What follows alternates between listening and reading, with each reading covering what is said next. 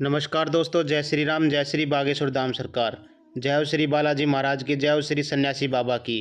तो दोस्तों, अपने घर के मंदिर में पूजा तो सभी लोग करते होंगे, लेकिन बहुत से लोग दीपक के इन नियमों को नहीं जानते होंगे।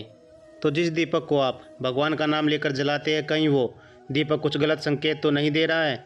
क्या आपके दीपक की बाती पूरी जल जाती है या फिर उसमें घी और अध जली बाती बच जाती है? और कहीं आपके दीपक की बाती पर फूल तो नहीं बनता है? और दीपक की बाती पर फूल बन जाने का क्या मतलब होता है? तो क्या आप जानते हैं कि दीपक की बाती का पूरा जल जाना और बच जाना क्या संकेत देता है? कहीं आपके जीवन की भी परेशानियों की वजह आपके जलाए हुए दीपक से तो नहीं जुड़ी है? कहीं आप पहले से जले हुए दीपक में तो बाती नहीं जलाते हैं? और दोस्तों, क्या आप भी बार बार एक ही दीपक में तो बाती नहीं जलाते हैं? अगर आप भी यह गलतियां करती है तो आपको जानकर हैरानी होगी कि अपने पूजा के मंदिर में दीपक जलाते समय यह गलतियां कर दी तो इसके परिणाम हमें भुगतने ही होंगे। दीपक की बाती का पूरा जल जाना, बाती का बच जाना भी अलग अलग संकेत देता है, जो हमारे लिए जानना बहुत ही ज़रूरी है। तो इन्हीं सब बातों को जानने के लिए वीडियो में आखिर तक हमारे साथ बने रहिए। तो दोस्तों, स्वागत है आपका एक बार फिर से हमारे चैनल पर। आगे बढ़ने से पहले वीडियो को लाइक ज़रूर कर दें, जिससे कि श्री बागेश्वर बालाजी धाम की कृपा आप पर सदैव बनी रहे। तो दोस्तों, चलिए जानते हैं दीपक के रहस्यों और संकेतों के बारे में। तो अगर आप दीपक जलाते हैं तो दीपक एकदम से ज़्यादा जलने लगता है, या दीपक बुझ जाता है, या पूरा जल जाता है और उसमें फूल बन जाता है, तो इनके अलग अलग नकारात्मक और सकारात्मक परिणाम होते हैं।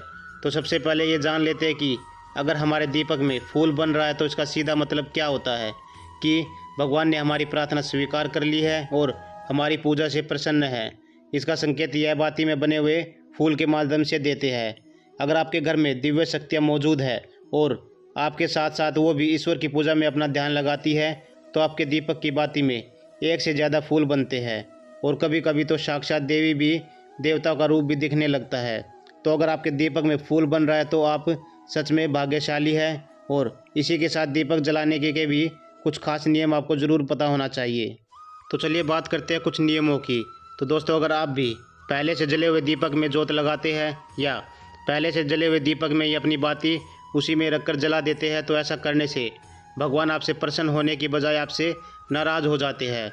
और अगर आपको इससे भी बहुत भयानक परिणाम देखने को मिल सकते हैं। इससे आपके बनते हुए काम बिगड़ने लगते हैं और आपकी तिजोरी का धन खर्च होने लगता है और आपके धन आने के सारे रास्ते भी बंद हो जाते हैं। तो आपसे हमेशा ये ध्यान रखें कि जब भी आप दीपक जलाएं, आप हमेशा साफ़ सुथरे दीपक का ही इस्तेमाल करें। इसी के साथ कुछ लोगों की आदत होती है कि वह हर दिन थोड़े दिन बाद अपने दीपक को बदल देते हैं। तो इस प्रकार गुरुजी का कहना है कि अगर आप जिस दीपक में पूजा करते हैं तो आपको उस दीपक को बदलना नहीं चाहिए, क्योंकि बार बार भगवान के सामने उसी दीपक में जोत लगती है तो वह दीपक सिद्ध हो जाता है और उसमें बालाजी महाराज, हनुमान जी महाराज की शक्ति भी आ जाती है। और साथ ही आप जब भी दीपक जलाते हैं तो आपका तन और मन दोनों पवित्र हो जाता है। तो आप हर रोज़ उस दीपक को साफ कीजिए, फिर उसमें बाती रखकर जलाइए। आप जितनी बार भी दीपक जलाए उतनी बार उस दीपक को साफ करके बार बार बाती जलाए। लेकिन अगर आप गलती से भी उस दीपक को बदलते हैं तो आपकी तरक्की में रुकावट आ जाती है। तो गुरुजी का कहना है कि आप अपने दीपक को कभी मत बदलिए। लगातार 10 साल 20 साल तक आप उसी दीपक में दीपक जलाए और अपने दीपक को सिद्ध हो जाने दीजिए। और दोस्तों, अगर आपको इस दीपक का चमत्कार भी देखना है तो आपके घर में कोई रोगी है, बीमारी है, या कोई लंबे समय से बीमार रहता है, तो आपको क्या करना है कि इस दीपक को पानी में, शुद्ध पानी में थोड़ा गंगा जल मिलाकर डाल दीजिए और दीपक को बाहर निकाल लीजिए और उसके बाद उस पानी को रोगी को पिला दीजिए। तो इससे क्या होगा कि रोगी तुरंत ठीक हो जाएगा और साथ ही वह चलने फिरने भी लगेगा। इससे उसका मानसिक संतुलन जो बिगड़ा हुआ था वह भी ठीक हो जाएगा, क्योंकि बालाजी महाराज और बागेश्वर धाम सरकार की शक्ति उसमें आ जाती है। तो चलिए अब बात करते हैं दूसरे उपाय की। तो दोस्तों, अगर आपके घर में किसी को नज़र बार बार लगती हो या उसको कोई बुरी नज़र लगी हुई हो, साथ ही आपके व्यापार को भी किसी की नज़र लगी हो, आपका धंधा अच्छे से नहीं चल रहा हो, तो भी आप इस दीपक को तांबे के बर्तन में पानी में भिगोकर डाल दीजिए। रात भर के लिए छोड़ दीजिए। अगले दिन सुबह पानी का छिड़काव अपने पूरे घर में और अपनी दुकान पर करिए। ऐसा करने से आपको साफ साफ परिणाम दिखाई देंगे, क्योंकि जब हम लगातार एक ही वस्तु का प्रयोग अपनी पूजा में करते हैं तो वह वस्तु शुद्ध हो जाती है। भगवान की जो ऊर्जा होती है वह भी उस वस्तु में समा जाती है। कभी भी अपने मंदिर के दीपक को बदलने की गलती ना करें।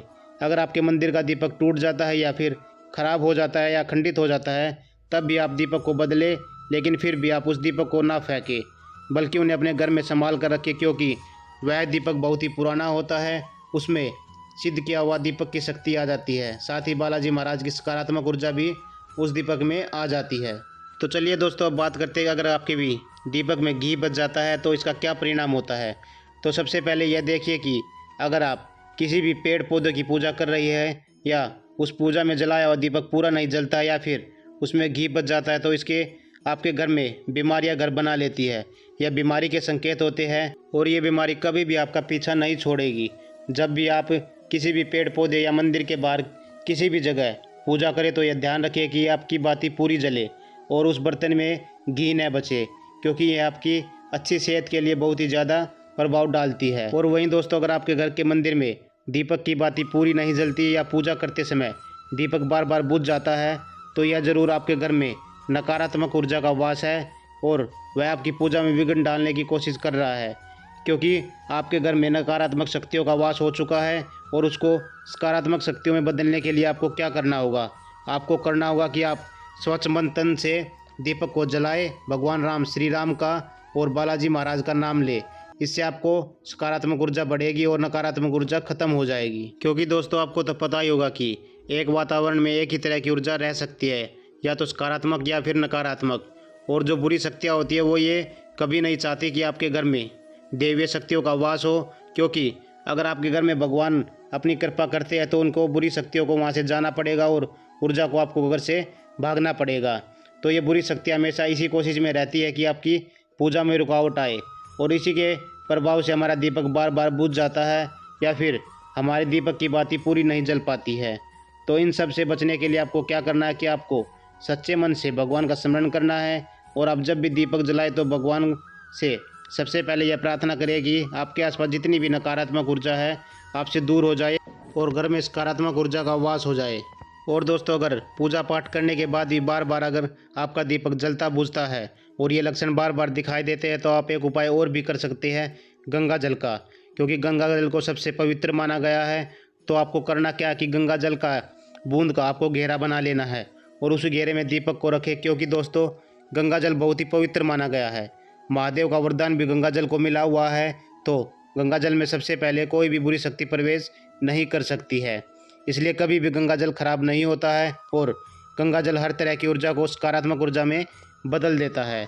अगर आप गंगा जल से बने हुए घेरे में दीपक को रखेंगे तो यह आपकी पूजा में किसी भी प्रकार की शक्ति को नहीं आने देगा और साथ ही कोई भी नकारात्मक ऊर्जा आपके दीपक को परेशान नहीं करेगी। तो दोस्तों, आज की वीडियो में बस इतना है। वीडियो आपको कैसी लगी कमेंट बॉक्स में ज़रूर बताइएगा और साथ ही अपने यारों पारों रिश्तेदारों के साथ वीडियो को शेयर करना ना भूलें, ताकि वे भी बागेश्वर धाम सरकार के जुड़े उपायों को जान सके, उनको पहचान सके और वे भी अपने दीपक के लक्षण के बारे में, संकेतों के बारे में जान सके। तो दोस्तों, कमेंट में एक बार जय श्री राम जरूर लिख दीजिएगा। तो दोस्तों, मिलते हैं अगली वीडियो में। जय श्री राम, जय श्री बागेश्वर धाम सरकार।